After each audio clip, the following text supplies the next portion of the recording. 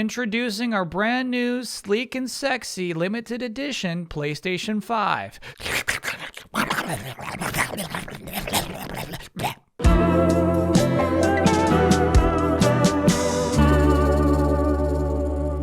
Thursday was a big day for video game trailers. We saw the story trailer for Spider-Man 2. We saw the story trailer for Armored Core 6: Fires of Rubicon. Now, I believe these two trailers dropping on the same day is entirely coincidental. Spider-Man 2 had a Comic-Con panel, and Bandai Namco just seems to put out Armored Core 6 trailers in an absolute willy-nilly fashion. They didn't mean to do battle head-to-head, but sometimes you just accidentally walk into a wrestling ring and it's time to wrestle. Who will win? Trailer of the week. In this corner, we have Spider-Man 2. Remember, this is the story trailer, so obviously there's going to be more of this kind of thing. What the hell's going on with Pete? He's not himself. You know, just some regular old run-of-the-mill symbiote suit drama. But what I think makes this trailer fun and makes this trailer actually exciting is seeing these characters' faces again. In June's gameplay debut, the Spider-Mans were masked up the entire time. So this sounds like a small deal. I know it does. But it is impactful seeing Miles' new haircut. I'm actually glad to see all of these people again. Right? Spider-Man is an all-time international, worldwide icon because he looks like this. But people love Spider-Man because there's a human being underneath. It's important to remember that. Surprisingly, though, for a story trailer, there are no big surprises. Not even really any particularly tasty teases. What I mean to say is everything's kind of playing out exactly as you thought it would. But it's an easy trailer to get lost in. It's well edited. The music's like exactly what you expect Spider-Man to sound like. And this final shot is just perfect. That's Venom. Even if it's some other person's bones inside of Venom, it looks like Venom. Like Harry's not looking so good here. He's probably Venom. The only twist will be Harry not being Venom. Harry, my boy, are you Venom? No, Pop. Wait, then who? In this corner, Armored Core 6's story trailer. You're going to think I'm crazy, but this trailer is also about faces. This is the thumbnail they chose. That's the robot's face. When I watched the gameplay reveal trailer from 2 months ago, it's weird to say this, I know, because it's a gameplay trailer, but I watched the whole thing and I thought, wow, we're hearing humans, but I don't see any humans. I wonder if that's going to make this game feel small somehow, I thought.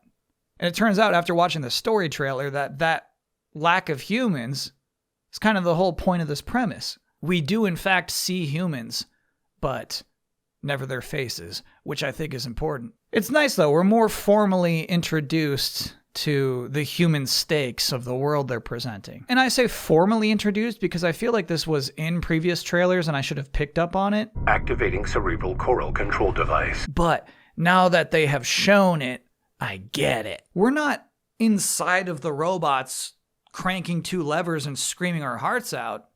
We are controlling them with our mind from like a freaky hospital bed. And they just show you how sad and dark this situation is. It's interesting trailer material when normally the easy thing to do is just try to cheaply activate gamer desire. But what I find so strange is how often shots focus on our weird camera-shaped robot head. It's basically humanizing these completely inhuman robot designs. And the faces for all of these robots is just a red dot. And it works. Our human brains are always just trying to find faces in things. You know, show me a cloud, I'll try to find the face. And here it's like, yep, that's the face. I recognize that as the face. I now empathize. It adds drama. This big, dumb block of robotics has a face. Let's shoot its face. So because of these crosscuts to our freaky body all wired up, because of the musical direction, what would normally be this nice running, complete action scene of a cool robot doing cool things carries a whole different vibe. This is you, but let's be honest. This is you. Your face is a red dot now. So it's a matchup between Spider-Man 2's pitch-perfect visual splendor and Armored Core 6's relatively depressive but equally impressive quiet confidence. But then, while the ref's back was turned, another game entered the ring. Skull Island: Rise of Kong. And yes, it does immediately appear to be a bad trailer. What I'm wondering is if maybe this is the most honest way you could depict this game. In a way, the trailer almost screams, please don't pay attention to me. I've been thinking about this worm shot all day. Firstly, what's going on in this shot? And also, why pick this? Analyze this moment with me. Kong here has 3 little dinosaurs in front of him. One in the back, the blue dinosaur over there, and I'm not sure what that is. He's charging up an attack. When he releases the attack, he misses the 3 in front, hits the one behind him, and also it turns out that thing on top was also another baby dinosaur. I would like to invite you to watch this bat swing with me frame by frame. Visually, none of this makes sense. And look how he's holding it in the end. It's unbecoming.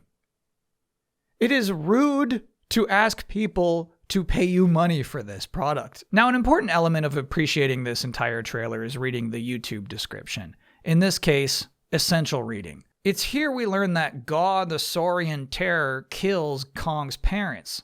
That's probably what's happening here. Look at that face. Now you empathize. Now you feel. Don't you feel? Don't you feel bad for Kong now? But hear me out. This part makes me think it might actually be a good video game.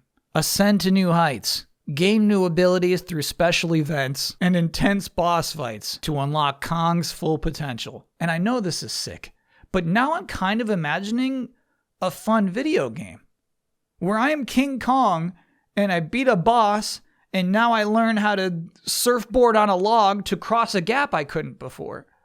And now the part about experiencing the evolution of the orphaned Kong makes more sense. So let's take a look at our final scores. Spider-Man 2 story trailer, 8.5. Armored Core 6 story trailer, 8.8.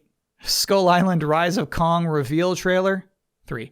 That, of course, means trailer of the week goes to Armored Core 6. Congratulations. And that is it for Delayed Input. Thanks for watching.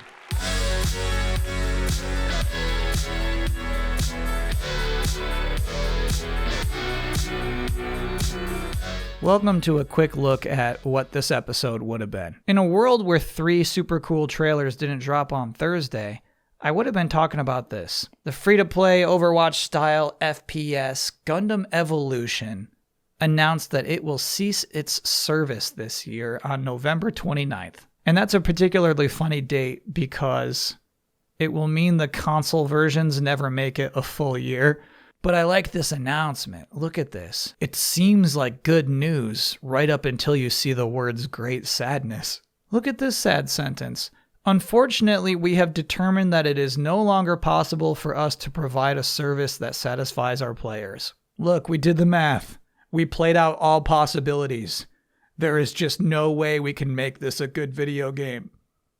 And what's crazy is they have a lot of things still planned. So like on October 25th, there will be a new mobile suit and a new map added. And then 1 month and 4 days later, the game will cease to exist. But a game as a service cutting its losses, packing up, and going away forever is not exactly uncommon news. So it's a good thing we didn't talk about that this week.